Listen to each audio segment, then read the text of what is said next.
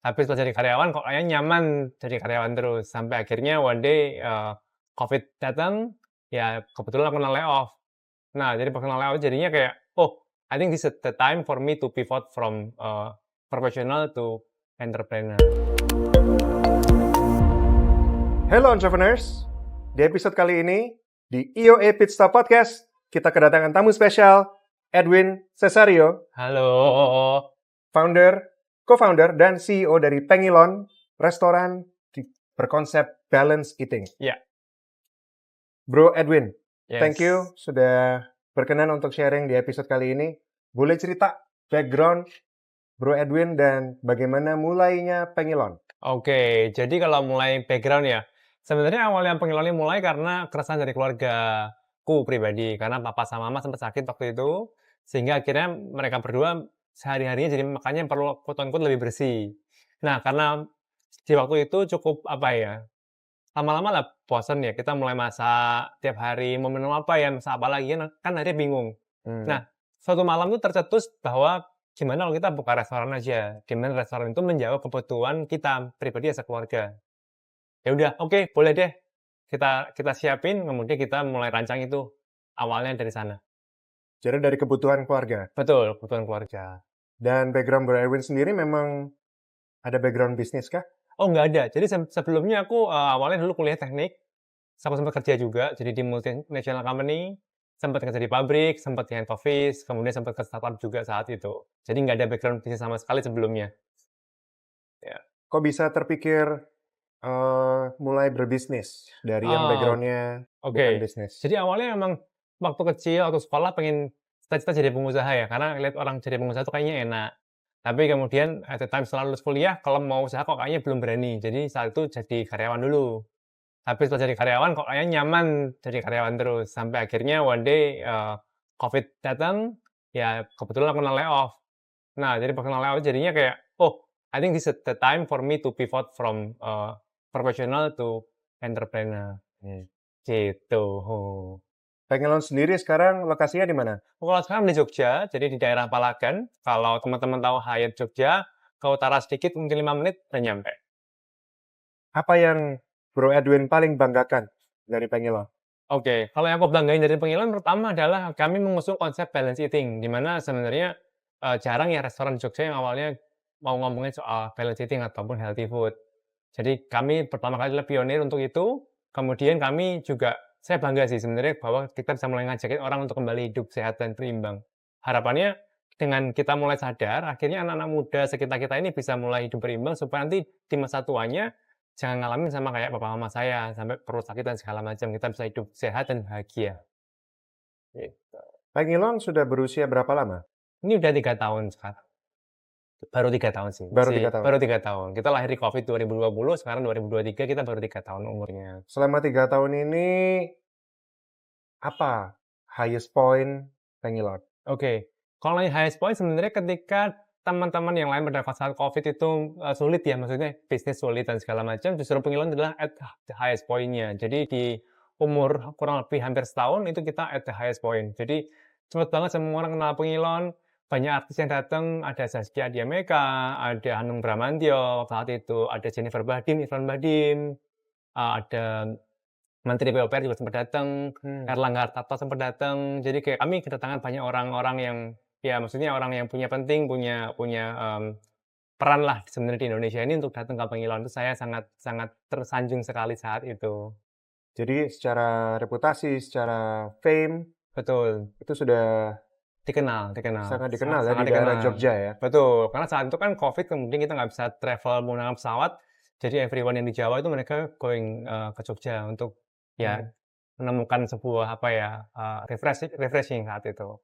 Dan itu semuanya organik ya, maksudnya saya nggak pakai, saya nggak ngundang, saya nggak bayar juga, mereka datang karena mereka tahu dari para follower-nya, kayak gitu. Oh jadi itu tanpa usaha promosi Ya we do promote, tapi bukannya yang kemudian aku mengundang dia secara spesifik untuk datang. sengaja untuk mengundang Betul. influencer dan sebagainya? Enggak, Oh bukan, oke. bukan. Jadi benar-benar word of mouth ya? Betul, word of mouth.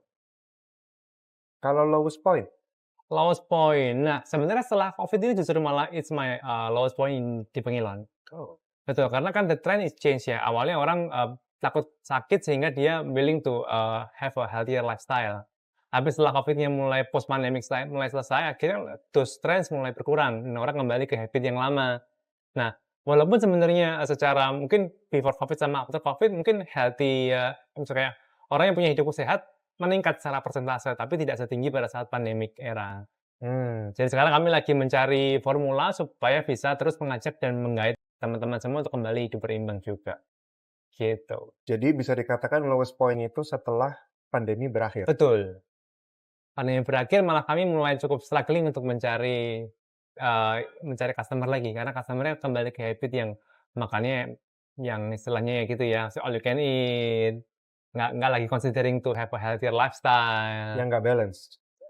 bisa dibilang begitu. Bisa dibilang gitu. Iya.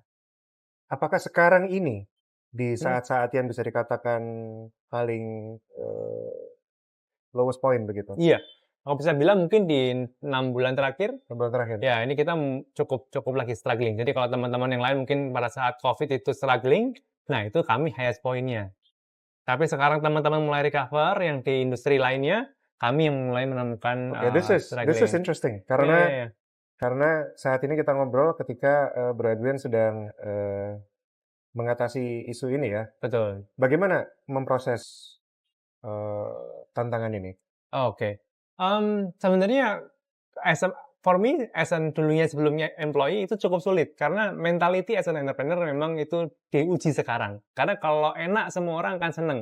Ya. Wah, kayaknya bisnis enak ya. Saat itu pun aku juga merasa bahwa, kok ternyata bisnis cukup quote unquote saya dikasih jalan dengan mulus gitu. Begitu buka, setahun pertama, 2 tahun pertama itu kayak jalannya mulus, enak aja gitu. Tapi ternyata memang kalau orang bilang, wah, bisnis itu pasti ada turun-turunnya lah gitu. Saat itu saya nggak ngalamin karena saya naik terus. Nah, ini baru saya mulai ngalamin turun kayak, oh ini sebenarnya memang perlu diuji. Nah, ini yang saya mungkin ya bisa rasain sekarang adalah ya gimana kita bisa tetap fokus dan bisa konsisten di saat low point. Karena itu yang akhirnya ketika ketemu sama beberapa entrepreneur juga, ya emang ketika kita bisa melewati ini dan itulah akan sukses berikutnya akan jalan, akan datang kayak gitu. Karena dibilang fokus dan konsisten. Betul. Dalam case ini, apa yang menjadi fokus Edwin? Kalau fokus sekarang saya yang penting satu adalah produk quality-nya perlu terus dijaga. Jadi ketika lagi low, biasanya kalau restoran kan suka ini ya, apa namanya, freshness-nya kemudian akan impacted. Nanti saya akan terjaga bahwa produk yang kami sajikan akan selalu fresh, seperti itu. Nah, konsisten adalah kita tetap konsisten terus menyuarakan bahwa kita perlu namanya balance eating. Walaupun memang yang lain sudah mulai muncul, karena mereka sudah mulai punya budget marketing yang banyak untuk nge-push ya. Nah, tapi nggak apa-apa. Tapi sebenarnya in a long run, kita akan semua manusia pengennya akan hidup sehat dan hidup bahagia. Nah, purpose itu ataupun, nilai hidup itu kan selalu ada. Nah, ini yang perlu kami selalu ingatkan, supaya orang nggak lupa sama itu. Purpose dan nilai hidup. Betul. Ini sudah ngomong lebih dari makanan ya? Betul, lebih dari makanan. Karena sebenarnya harapannya nggak cuma sekedar makan. Balance itu nggak cuma balance eating, tapi bisa juga punya balance living. Jadi di mana kita party boleh, tapi setelah jangan lupa juga kita olahraga, kemudian kita tidur cukup, sama pola makannya pun perlu kita seimbangkan. Bukan berarti nggak boleh makan, istilahnya kita makan yang all you can eat dan segala macam. Oh boleh, maksudnya sekali pun nggak masalah, karena itu kan bagian dari hidup juga. Iya. Jangan dihilangkan, kalau dihilangkan malah jadinya kan nggak kurang bervariasi hidupnya. Tapi jangan lupa nih, ketika habis itu, kita perlu kembali juga menyeimbangkan itu. Ini ngingetin saya sama, tadi kita sempat ngobrol sebentar sebelum ini, tentang arti dibalik nama Pengilon. Oh, oke, betul. Boleh jelasin, Mbak? Boleh. Jadi pengilon itu sebenarnya artinya adalah pengilon sendiri artinya cermin. Harapannya adalah ketika kita datang ke pengilon atau makan pengilon atau ingat pengilon, kita diajak untuk berkaca.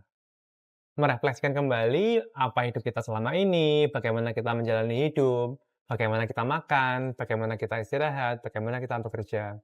Harapannya adalah dengan kita bisa hidup seimbang, kemudian kita mempunyai hidup yang lebih sehat, kita bisa juga berdampak kepada orang-orang di sekitar kita. Misalnya saya sekarang baru menikah, kemudian saya nanti punya keluarga dan segala macam. Jika saya sehat, maka saya juga akan bisa membahagiakan orang-orang di sekitar saya, orang tua saya, istri saya, dan nanti mungkin kalau udah ada anak saya juga, kayak gitu. Jadi balance lifestyle ya, Betul. yang dipromosikan oleh Pengilon. Betul, Lebih dari balance eating. Yes. Apa ada Apakah value-value ini juga dimunculkan dalam operasional Pengelot? Betul, saat ini kami, kemarin kan kita pada saat Covid, kita fokusnya pada makanan saja, kemudian setelah post Covid, orang berani berkumpul, kita juga menjadi, home, menjadi rumah buat teman-teman untuk melakukan activity itu. Jadi kadang setiap weekend ada yoga, Oh, ada ponfit, kemudian itu juga ada kelas mindfulness, seperti itu. Jadi kita berusaha untuk menyeimbangkan antara mind, body, sama bowl. Jadi mind, body, body and dan bowl. bowl. Bowl, Oh, makanan, mind, ya. body, and bowl, ya. Ya, biasanya kalau orang mind, body, and soul, kalau kita mind, body, and Nice. bowl. Mind-nya kita perlu, ya, seimbangkan, body di olahraga juga, kemudian bowl-nya di makanannya. Jadi triangle itu kita perlu seimbangkan. Luar Gitu. biasa. Jadi bisnis yang dimulai dari background-nya pandemi, Betul. dan bahkan dari keadaan yang terlayoff, booming, dengan konsep yang balance, lifestyle, balance eating, lalu sekarang dalam masa-masa menghadapi tantangan, Ya. di mana orang merasa balance itu nggak perlu-perlu banget kok. Ya, betul. Gitu ya. Betul. Gimana cara Bro Edwin memunculkan rasa pentingnya balance itu lagi? Kalau sekarang yang saya lakukan adalah pertama, keep doing that. Jadi ketika ada activity, maka orang berkumpul dan orang menjadi ingat lagi. Dengan activity berkumpul. Betul, misalkan kita ponfit bareng-bareng 30 orang, 50 orang, kita kumpul, kita sama-sama ingat lagi nih, oh ya kita perlu olahraga. Kemarin belum lama juga ada yoga juga, jadi ketika yoga saya juga ikutan yoga jadinya pagi-pagi, nggak pernah yoga sebelumnya, nyobain yoga juga. Oh, ternyata memang ketika yoga jadi tenang, sadar juga sama tubuhnya. Oh, di sisi ini nggak seimbang, kita perlu kuatkan juga. Oh ya ini memang hal-hal yang perlu selalu diingatkan. Dan ketika kita keep doing that, maka orang juga akan recognize bahwa, oh ini ada sebuah gerakan yang memang kita perlu ingat lagi. Kayak gitu. Kita sesama anggota EOA, Ya, Entrepreneurs Organization Accelerator. ya. Di sini kita ada belajar 4 keputusan penting dalam bisnis, secara cash, secara strategi, secara people, dan secara execution. Ya. Menurut Bro Edwin, pilar mana yang paling berdampak saat ini? Kalau sekarang yang berdampak itu menurut saya strategi. Karena ketika buka di awal, saya terus terang nggak punya strategi yang matang. Jadi buka dulu aja, saya fokus on people sama execution. Saya timnya ada, eksekusinya rapi, sudah cukup untuk bisa mengatasi tantangan saat itu, saat Covid kemarin. Kemudian sekarang kan tren berubah. Nah, ketika tren berubah, saya perlu punya strategi. Gimana menghadapi tren ini selanjutnya supaya bisa bertahan dan bisa terus growth di 3-5 tahun ke depan. Harapannya dengan strategi yang tepat dan dengan move yang tepat, akhirnya kita bisa terus keep exist dan juga grow. Jadi not only exist, kita juga bisa grow. Harapannya itu. Jadi strategi sekarang menjadi pilar kunci yang menurut saya ini perlu dipegang dan dikuatkan juga. Right. Bro Edwin sudah di EOA berapa lama? Ini udah 2 tahun, mungkin jalan tahun ketiga ya. Jalan tahun ketiga. Betul. Boleh cerita dampak terbesar yang Bro Edwin dapetin ketika dibandingkan sebelum dan sesudah join EOA? Oke, ini menarik sekali. Karena sebenarnya pertama kali saya, waktu itu kan sempat Covid ya. Kemudian saya kena layoff di tahun 2020 bulan April. Pada saat kita lockdown pertama, saya di layoff. Kemudian saya mulai start bisnis itu di 2020 Agustus. Nah, saya mulai jalan 6 bulan dari Agustus sampai kurang lebih Maret. Nah, kemudian titik itu saya ada 2 persimpangan sebenarnya. Saya ditawarin lagi kerja jadi karyawan startup saat itu, kerja remote boleh dari Jogja. Satu lagi saya keterima juga di EOA. And at that time, saya ambil dua-duanya. Saya kerja, jadi employee juga, dan saya juga ngambil EOA. Jadi sebagai entrepreneur iya, Dan sebagai employee juga iya. Karena itu dulu sebenarnya cita-cita, jadi karyawan yang punya usaha. Oh. Itu pada saat saya jadi karyawan, wah enak banget nih kalau bisa jadi karyawan terus punya side business. Jadi Jadi secara double income. yang Double. karyawan stable, secara Betul. entrepreneur juga bisa bertumbuh. Tambah, Ya. kayak gitu. Dan kemudian saya berharap bahwa ilmu saya dapetin dari corporation, dari perusahaan. Karena kan di corporate banyak training, banyak sharing di sana. Jadi saya dapetin ilmu di sana. Kenapa saat saya ikut dua-duanya? Karena selama 6 bulan itu saya vakum rasanya, kayak kosong. Pada saat employee, saya punya bos yang selalu bisa ditanya, Kalau saya mentok, "Bos gimana nih? Iya. Ada cara nggak?" Jalan keluarnya ada, dia pasti kasih solusi. Iya. Kalau bos saya bingung, saya dikirim training. Bos saya bingung, saya bisa ditanyain kemana, dikirim kemana kayak gitu. Waktu itu ke Filipina untuk belajar juga sama Filipina bahkan saat itu. Tapi kalau sekarang, mau nanya siapa? Nggak ada yang ditanya. Bosnya siapa? Nggak ada. Nah, Maksudnya kita kayaknya sendiri? kita sendiri, karena kita adalah titik tertinggi di saat itu. Maksudnya di pos organisasi kita yang paling tinggi kan, nggak ada yang Itu ditanyain lagi. perkataan, "It's lonely at the top." Betul. Itu saya ngerasain banget. Nah, makanya akhirnya udahlah coba aku join UA. Supaya tahu gimana sih punya pemikiran atau mindset as an entrepreneur yang sebenarnya saya nggak punya. Nah, itu pembelajaran terbesar di situ. Mindset saya mulai shift pelan-pelan. Di saat kerja, "Oh iya ini ngapain kamu kerja lagi? Udahlah bisnis aja." Teman-teman UA semua mengencourage saya untuk lepas kerjaan saya. Tapi saat saya kan nggak bisa dong, ini kan my comfort zone saat itu. Tapi akhirnya setelah jalan, kemudian saya bisa lewatin, emang nggak bisa akhirnya kalau ada di dua kaki ya, maksudnya kanan nyemplung di pasir, kiri nyemplung di air ya, akhirnya nggak semuanya nggak akan jalan. Nah, saat itu saya memutuskan buat, ya udah oke, aku decide buat keluar dari karyawan, saya mau fokus di, entrepreneur. Jadi mindset sih yang saya berubah banget dan belajar banyak sekali. Boleh ceritain nggak perubahan mindset apa aja yang Oke. terjadi sejak join EOA? Gini, kalau saya ngomong secara jadi employee, jadi karyawan dulu. Karyawan itu biasanya, apa namanya, pertumbuhannya naik terus dan stabil. Saya gaji turun jarang, kalau misalnya PHK pun, saya pindah company, gajinya paling nggak sama masih dapat kok, Mmm. gitu. Tapi, setelah jadi entrepreneur, ada namanya grafik naik turun. Ya kan, kalau kita ngomongin yang di buku Scale Up saya baca itu, namanya Valley of Death. Value of that. Ya, betul. Jadi setiap kali naik pasti ada turunnya. Naik lagi ada turunnya, naik ada turunnya. Nah, ketika kita nggak bisa ngelewatin turunnya, ya kita mati. Ya. Nah, di situ aku baru nyiapin, oh iya ternyata emang setelah naik itu nanti one day akan mungkin ada stabil dan turunnya. Nah, itu saya perlu siap, karena selama ini saya nggak pernah siap untuk apa namanya, menghadapi turunnya itu. Jadi harapan saya ya kalau kerja ya naik terus gitu. Jadi misalkan dulu awalnya asisten manajer, jadi manajer, kalau kerja kan jadi senior manager, director, naik terus saja, walaupun mungkin tidak akan secepat itu growth-nya. Tapi pasti tidak akan ada, low moment lah kalau saya bisa bilang gitu ya. Paling ya bentrok-bentrok politik kantor tuh standar lah ya, Ya. di mana-mana kan begitu. Tapi kalau usaha sendiri, ada namanya cash-nya habis, rugi, ya kan. Misalkan ke jalan nih ternyata operasinya, jebol katakanlah gitu, COGS-nya belanjanya kebanyakan, Ya. harganya nggak diatur, buang sampahnya banyak, banyak yang busuk. Akhirnya saya harus, merugi saat itu. Nah, ini yang kayak, "Wah, kok bisa rugi? Kayaknya udah kerja capek-capek, tapi kok setelah lihat laporan keuangan kok rugi?" Nah, ini yang saya waktu itu nggak siap. "Ini kenapa begini? Apa yang salah?" Rasanya semua saya siapkan semua, ternyata memang ya banyak hal yang sebenarnya overlook lah, nggak kelihatan saat itu. Saya punya blind spot juga. Ketika saya jadi entrepreneur, saya merasa bahwa, "Oh, ini gas terus saja," saya lupa ngerem. Karena saat itu grafiknya naik terus, saya gas saja mentok, gaspol. Tapi ternyata ada, risk mitigation yang saya nggak lihat. Mmm. Ketika saya jatuh, oh jatuh tuh means kayak, oh ya merugi ternyata laporannya rugi.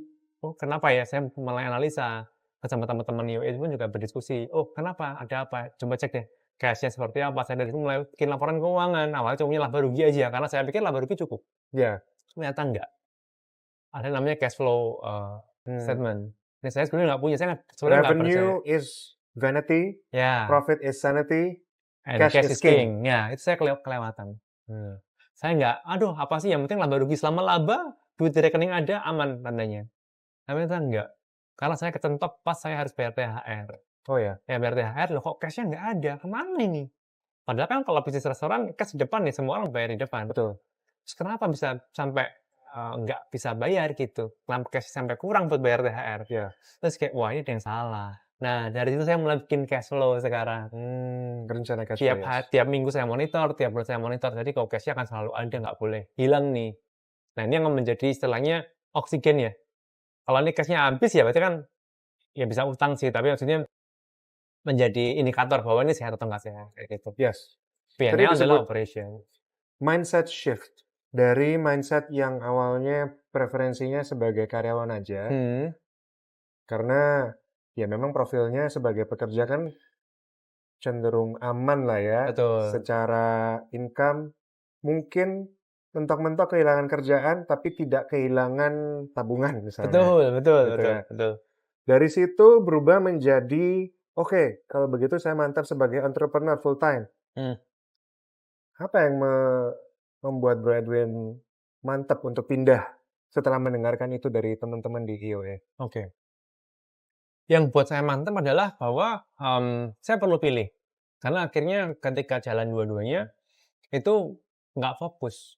Karena saya juga merasa bahwa ketika saya jadi karyawan, saya juga nggak all out di sana.